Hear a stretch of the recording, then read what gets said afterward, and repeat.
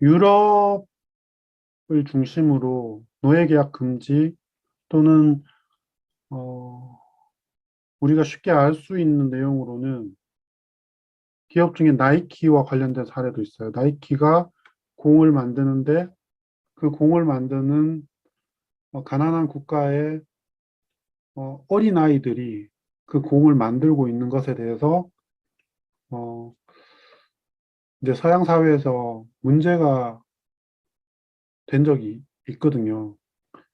그런 것들이 이제 노예 계약 금지와 관련된 내용입니다. Anti-Slavery Contract라고 부릅니다. 제가 봤을 때는 유럽에 이러한 움직임이 보다 선제적으로 일어나고 있다라고 생각이 듭니다. 우리도 그 정도 수준은 아니지만 여기에 대한 관심들이 늘어나고 있고요. 또 우리의 제조 환경이 한국으로 국한되어 있는 것도 아니고 글로벌하게 조금 더 인건비가 싼 나라들을 찾아서 거기에서 제조가 이루어지고 있는 게 사실이잖아요. 우리가 그걸 로코스트 컨트리 소싱이라고 부르지 않습니까? 그런 활동 속에서 생각을 해보시면 이 노예계약 금지라고 하는 내용들이 우리 기업이 만들어내는 어떤 제품에 대한 어떤 평판에 영향을 미쳐서 한순간에 기업이 위험에 이렇게 처해질 수 있다라는 것, 그런 것에 대한 이해가 구매 공급 관리자한테 필요하다라는 정도로 이해를 해주시면 좋을 것 같아요.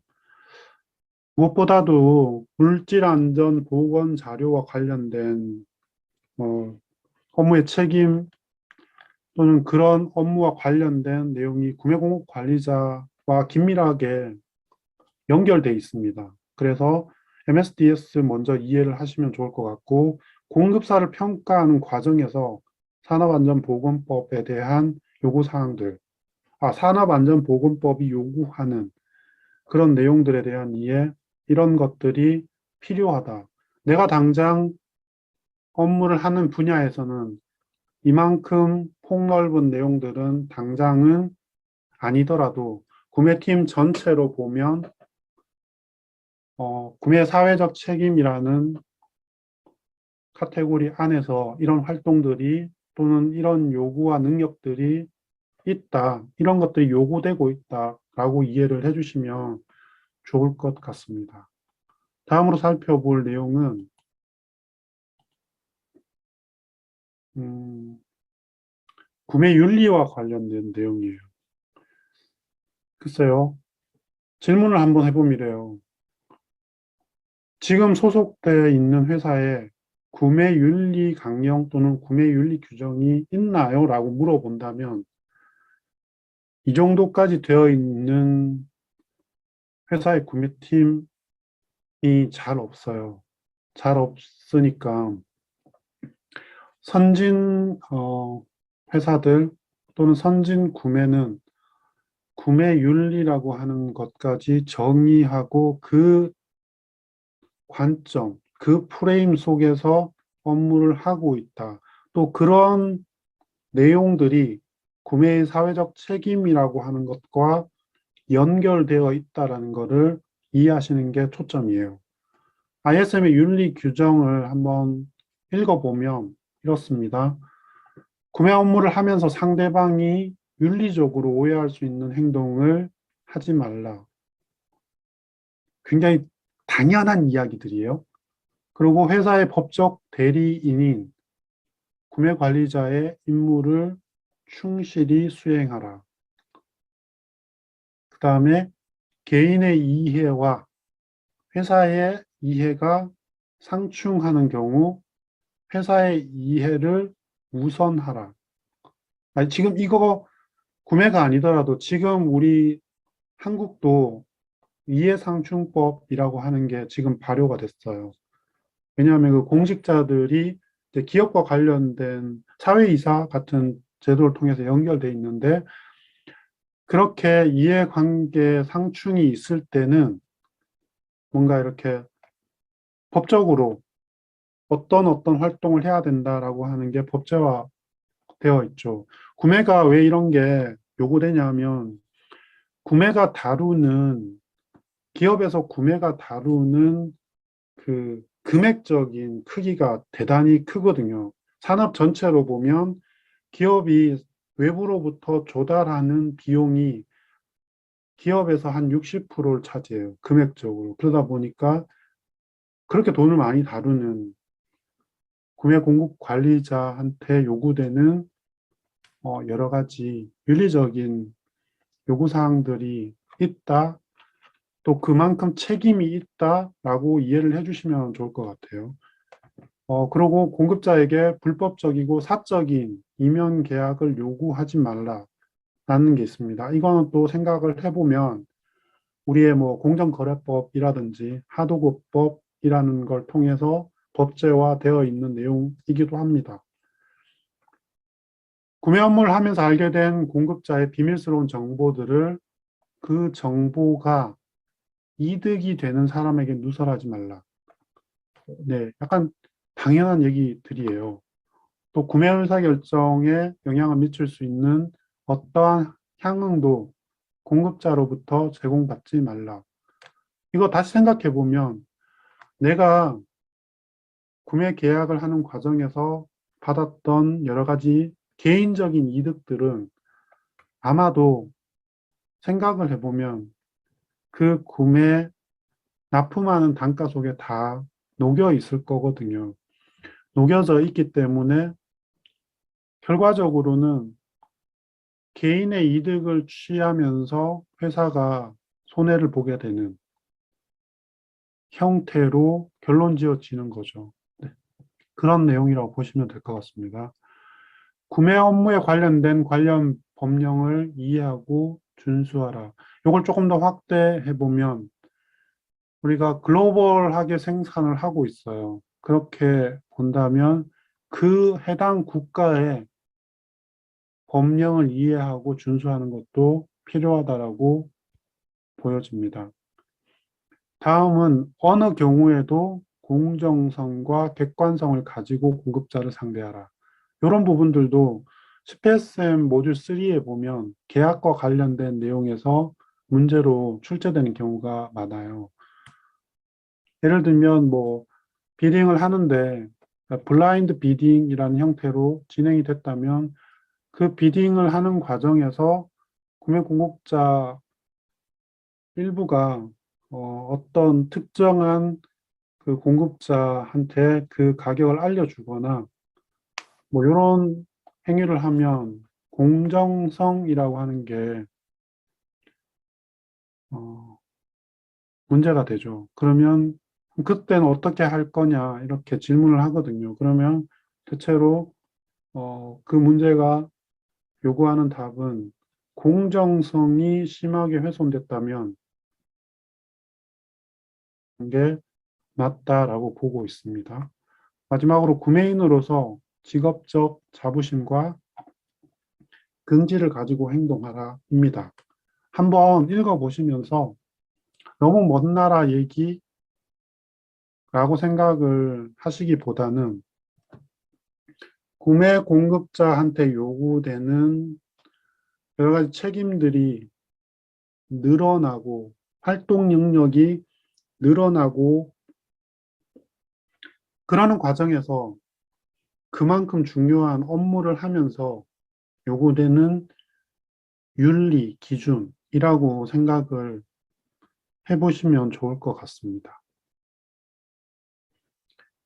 아직은 한국에서는 약간은 좀 먼 나라 얘기로 취급되는 게 어, 현실이긴 합니다. 근데 여기서 이제 기업이 개인이 어떤 이익을 취하면서 기업이 손해를 보는 경우에는 이제 약간 내부 규정 또는 법으로 이렇게 페널티를 주는 형태로는 반영이 되어 있는 상태입니다. 네, 이 정도 이해하시면 될 것 같아요. 다음으로 구매 사회적 책임과 관련해서 소개해드릴 내용이 ISO 20400 표준입니다. Sustainable Procurement에 대한 내용이고요. 여기서 똑같아요. 왜 그러면 지속가능 경영에 연결된 어떤 표준으로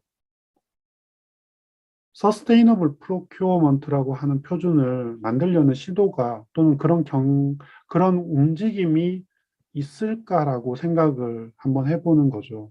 그러면 이렇게 대답을 일단은 해보고 싶습니다. 기업은 그 경쟁 환경이 심화되면서 하나의 전략을 선택하게 되죠. 그 전략을 우리는 이렇게 부르죠. 핵심 역량과 아웃소싱이라고 부릅니다. 핵심 역량을 내가 잘할 수 있는 것들은 내부에 두고 나머지는 아웃소싱을 하는 형태로 전략을 바꾸는 거죠. 그런 전략의 변화가 필연적으로 공급망이라고 하는 형태의 구조를 만들어내게 됩니다. 그러면 2단계 3 생각을 해보는 겁니다. 그러면 아웃소싱의 규모는 어느 정도인가요? 라고 생각을 해보면 통계적으로 기업이 외부로부터 조달하는 금액의 규모는 원가의 한 60% 정도 된다라고 하는 통계가 있습니다. 그렇다면 기업이 쓰는 비용의 60%를 구매와 관련된 업무에서 쓰는 거잖아요. 그러면 그 60%를 핸들링하는 것에 서스테이너블이라고 하는 목표를 부여해 본다면 서스테이너블이라고 하는 목표를 달성하기에 구매만 한 게 없어요. 그러다 보니까 지속가능 경영이라고 하는 거를 달성하기 위해서 서스테이너블 프로큐어먼트가 굉장히 좋은 드라이버가 되는 겁니다. 그렇게 배경을 이해하시고서 ISO 20400이라고 하는 새로운 변화를 이해하시면 어떨까 싶습니다. ISO 20400 Sustainable Procurement라고 하는 것을 시작할 때 그러면 어떤 걸 점검해 봐야 되냐라고 보면 우리가 지금 사고 있는 구매의 패턴들을 한번 다시 점검을 해보는 거고요. 그 다음에 우리하고 연결된 공급 측면, 즉 서플라이 체인의 업스트림이죠. 그 업스트림에 대한 보다 많은 이해, 이런 게 필요하겠고요. 또 이런 것들을 조금 더 전략적으로 접근을 할 수 있고요. 이런 내용들이 근데 이제 최고 경영자 층에 지지를 받아야 되겠죠. 그러려면 어떻게 해야 될까요? 그 최고 경영자한테 단지 이게 구매의 문제가 아니라 기업의 지속 가능성이라고 하는 것과 연결돼 있다라고 하는 내용들로 설득을 할 필요가 있겠죠. 네, 그런 내용들을 담고 있는 게 ISO 20400 Sustainable Procurement라고 하는 움직임입니다. 아직은 이게 평가를 받고 그 인정을 주는 단계는 아니고요. 가이드라인 형태로 나와 있습니다. 관심이 있으시면 시간 되실 때 ISO 20400을 한번 찾아보시면 어떨까 싶습니다. 여기까지가 구매 사회적 책임이라고 하는 내용으로 살펴봤고요. 다음은